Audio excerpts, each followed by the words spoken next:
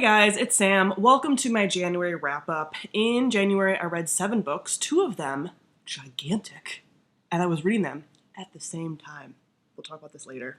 But I had a pretty solid start to the reading year, so let's get into it. The book I started the year with was Elemental P by Mark Dunn. This was a book that was purchased for me by my partner. It's a story that he really likes, and so I wasn't really sure going into this what to expect. I hadn't really heard anything about it. I know a lot of people read this in school. The tagline for this is very spot on. It's a progressively lipogrammatic epistolary fable. I'll get into what that means. So this is taking place in a fictional island off the coast of the Carolinas and is in a sort of society that really values linguistics and letters and words, and they basically worship as a god the creator of the line, the quick brown fox jumps over the lazy dog, that has every letter from the alphabet in it. So in their town square they have that, and then one day one of the letters falls off. And so they start to feel like that's a sign from the literary god that they shouldn't use that letter anymore. And letters continue to fall off of this monument. And so things continue to just devolve. So it's a highly thematic story about, people in power and who makes the rules and religion and sort of cult of personality and the power behind words. And as the story goes on, it's all told through letters through some of the main people in the town. And so you have them writing letters to each other, but as letters disappear from the monument, they have to completely change how they're writing things, to the point where as you get farther in, it gets to a place where you can't, it doesn't make, it's hard to read. It doesn't make sense because they're trying to make words out of just sounds. It's very interesting. So from a thematic place and from a quality of writing, because to write something like this would also be very difficult, I think it's a solid work, and that's why it's been I think it was written in 2001 or something. It's been around for a while. It's had multiple editions. It's been taught in schools, all of that. From that place, yes. From a enjoyment place for me and what I tend to like, there's a distance from the characters that is hard for me because it is so theme heavy. Also, something I found interesting was that apparently the first edition didn't have any illustrations and stuff, but as later editions have come up, they have created illustrations, and there are no descriptions really that I remember of any of the characters and how they look, but the illustrations make all of the main characters appear to be black. And I think that also changes the tone of what this is, and some of the oppressive, you have most of the main characters being black, and then you have the people in power being old white men, which again, very relevant, but none of that is necessarily in the writing. So again, it's very theme heavy, and all of that tracks, right? I think all of that is also part of it, but I'm not even sure that that's necessarily what the author was getting at. But it's interesting how there's been different iterations of this. And so this is an excellent book club book, and I'm sure it has been for a ton of people. From me, who enjoys world building and characters and stuff, this is not really about or for that. It's about the quality of the writing and the craft of that and the themes. So I gave this a 3.5 stars. I didn't hate it or anything. It's just something that was so not my typical style, because you guys know I stick to my sci-fi and my fantasy. Then I reread on audio Abaddon's Gate by James S.A. Corey. This is the 3rd book in the Expanse series, so now I am re-caught up with my rereads of the series so I can continue on with the books that I have not read yet. I really enjoy the audiobooks of these, and I'm very torn on if I want to continue with just reading these on audio or reading these in physical copy. I've done both. I think I might end up doing sort of a tandem-y thing. I've gotten more into that recently, where sometimes you read the physical, sometimes you read the audio, and you kind of go back and forth. So I might do that. I think the audiobooks for these are really good. This being the 3rd installment, I can't talk a ton about it without spoilers, but this is a epic sci-fi series, sort of space opera-y, and in this book they are kind of having to come to terms with the fact that there's sort of a gate to other parts of the universe, and it's the first book is about an alien virus essentially being released on Earth, and well, not even on Earth. It's just on humans, because people are in our solar system have populated out towards the belt and things like that. So that happened in the first book, but as the books progress, more and more is getting revealed about that virus wasn't even the tip of the iceberg. So as we're getting to this one, we're discovering more about what all of that means. There's also some things from the first book, or the first like couple books, that are kind of like circling back, and characters. So we have some characters who have been present in like all the books, and then we have some characters that like are usually just present for like one installment. There's a character from book 2 that apparently is very present in the show, the TV show that they made of The Expanse. I want her to come back. If you've read the books, it's Eva Sarla. I want her to come back. I'm pretty sure she does. She has to. She's not present in this one. That's very sad. But this one, from a like character place, was, I feel like, a little weaker as far as like some of the characters that aren't part of the core cast. The core cast I really enjoy, but like as far as some of the core cast, and felt like a little bit of like, not quite a stop off, but it's like it's more stuff is about to happen and it hasn't quite happened yet. So this one is not my favorite of the bunch that I've read so far. The first book is still my favorite. The second book I also really enjoyed. This one is more of like a 3.5. I still really enjoy the series overall, but feels like a little bit of a slower point, or like a stop off before we get to more, basically. Then I read How High We Go in the Dark by Sequoia Nagamatsu. This was so good. Listen to this on audio, and it is a fully casted audiobook. It is a series of essentially short stories interweaving throughout time, following, well, it starts with the discovery of a virus that is trapped in the ice caps, like right around our current time. I know, terrifying. And what happens as a result of that pandemic. This was also written and released during like the pandemic, the COVID pandemic, which is still currently ongoing, but like during the peak of it, right? So it's like, oh man. But this follows people both at that time, right after that time, far in the future, and it kind of skips around as far as like timeline stuff, and it's following a variety of different people, like scientists, just like normal people who are eventually trying to create like cures later on, people covering the event, like just all different types of people. And what you see throughout is that so many of those people also are interweaving in some way. Someone mentioned in one story pops up as the main character of another. There's a couple like threads and webs that are all tied together, and I think it's told over like maybe one of the last ones is like maybe 300 years. It is so interesting. I really enjoyed it because it reminded me in some ways of Station 11, which is also one of my favorite books. Station 11 is much more of a, like, you're following certain characters and so a character study of them, but if you like that kind of like what happens after essentially an apocalypse, and humanity and having a little bit more faith in humanity a little bit, or like what can we do to evolve a little bit more, and like the human spirit, the resiliency of the human spirit, that is what I feel like this was. And the interweaving and the all of those pieces where like a lot of the stories felt tonally different. Like some feel way more far out sci-fi, like it's all sci-fi obviously, but some feel way more like far out sci-fi, and some feel much more like close and like close to home and close to current reality. So I really enjoyed this. I gave it 5 out of 5 stars. I would highly recommend. Again, some heavy content and things, obviously, when we're talking about like pandemics and apocalypses and stuff, but if you enjoy the themes of that, I would say give it a go. 5 out of 5 stars. Then we have the silly funny thing that I did where I was reading 2 giant books at the same time. So concurrently, I was reading A Day of Fallen Night by Samantha Shannon and The Way of Kings by Brandon Sanderson. Very silly. We'll start with The Way of Kings because I finished that one first. I finished them within a couple of days of each other though.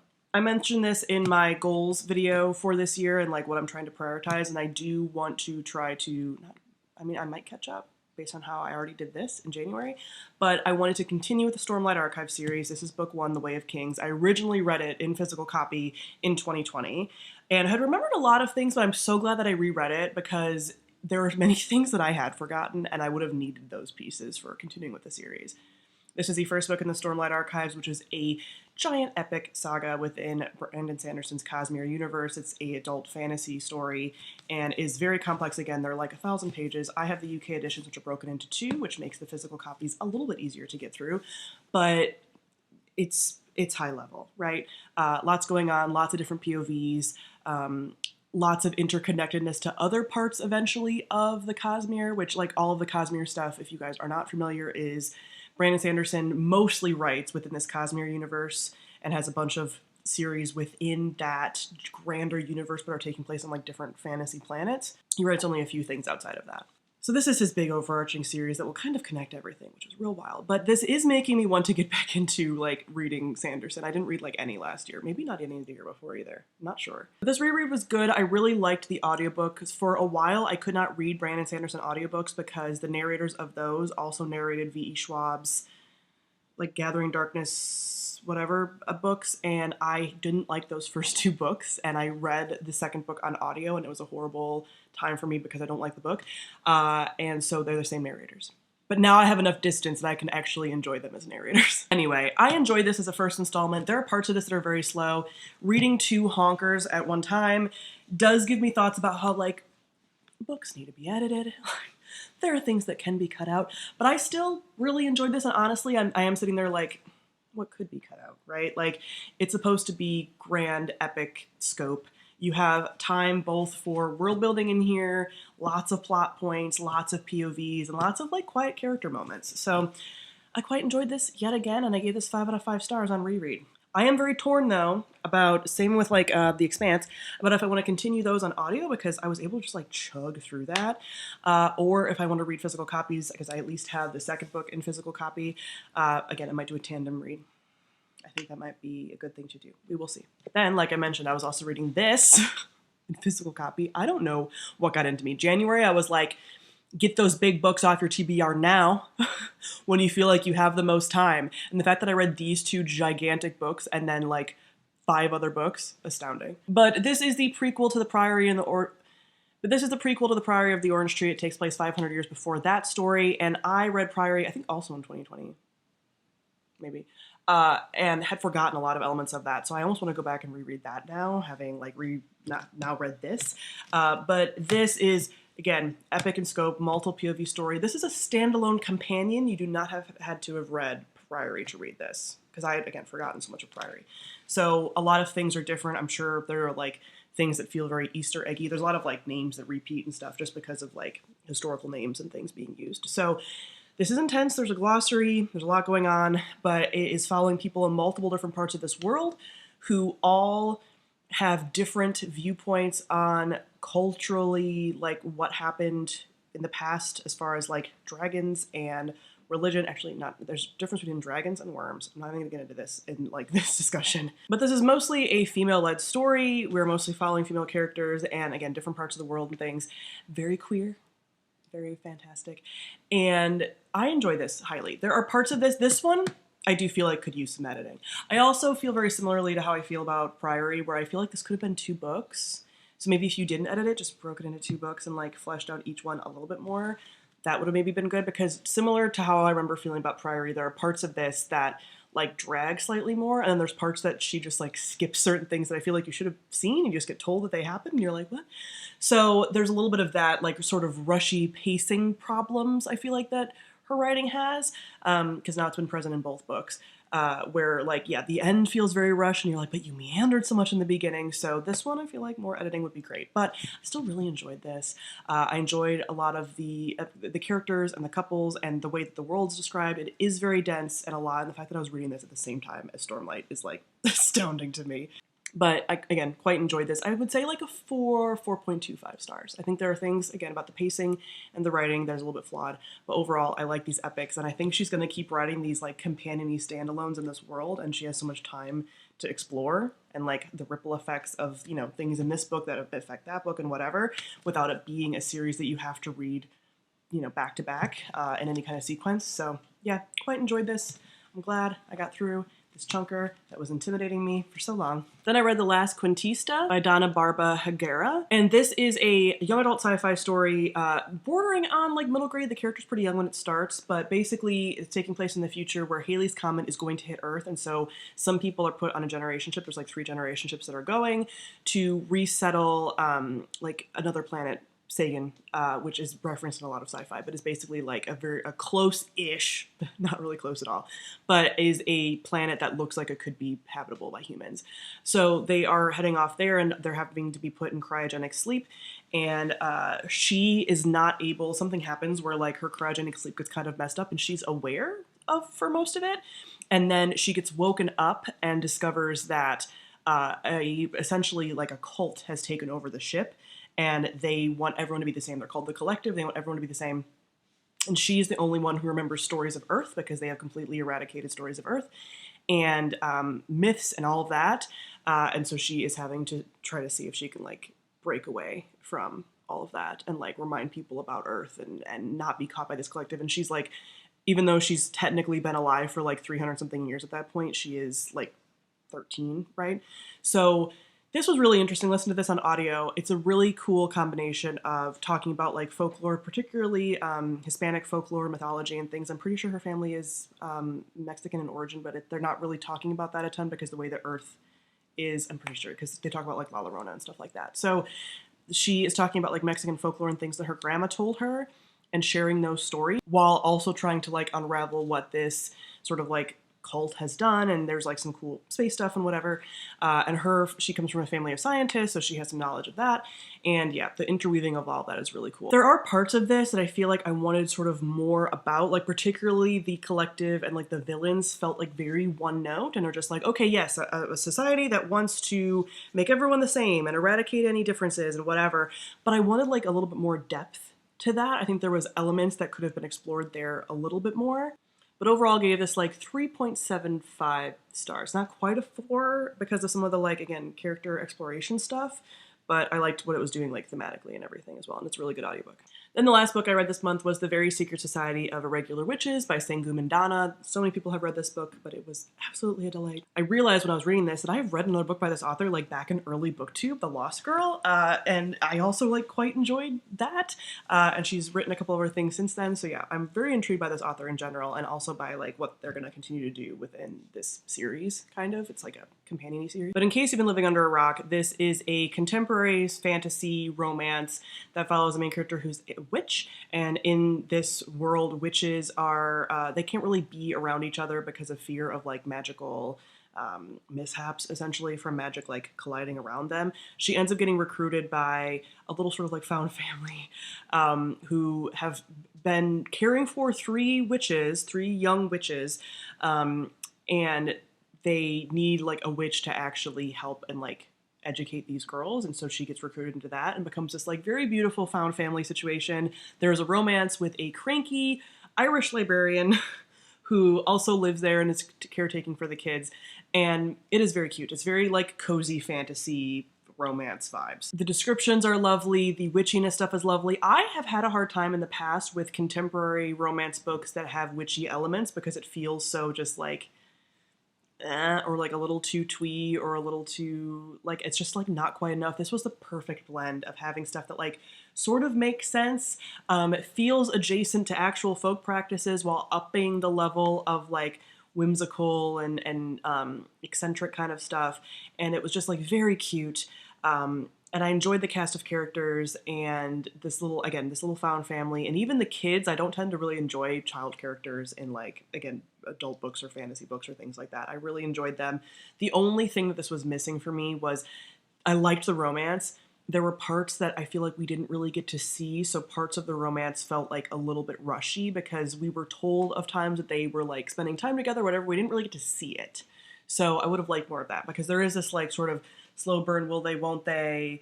They butt heads a lot at the beginning, but obviously they're like super into each other. And I would have liked to have seen some of those quieter moments between them throughout, but we do get a lot of focus again on the kids and the found family and all of that. There are also even just like little twists in here that I wasn't really expecting. There was a few that I was like, I called that, and there was a few that were like, oh, I did not see that coming. So yeah, overall, very delightful. And she is writing another book in this world. I hope she kind of just does like a continued companion series for a little bit with these like witchy stories. And the cast is really diverse. Our main character is Indian, and the girls are all of different races and stuff. So yeah, it's just like a delightful little, just cozy, and very cute. So I'm sad that I took so long to read this, but it was perfect. I needed a break after the heavy things that I had read, all those big giant books, and this was like a perfect little break. So it was nice to kind of return to the romance subgenre with still little fantasy elements mixed in. I would say like 4.25 to 4.5 for this one. Not quite a 5, but it also sits very highly in my feelings. So that is it for all the books I read in January. Comment down below, let me know how your reading month went. Thank you all for watching, and I'll see you guys soon. Bye.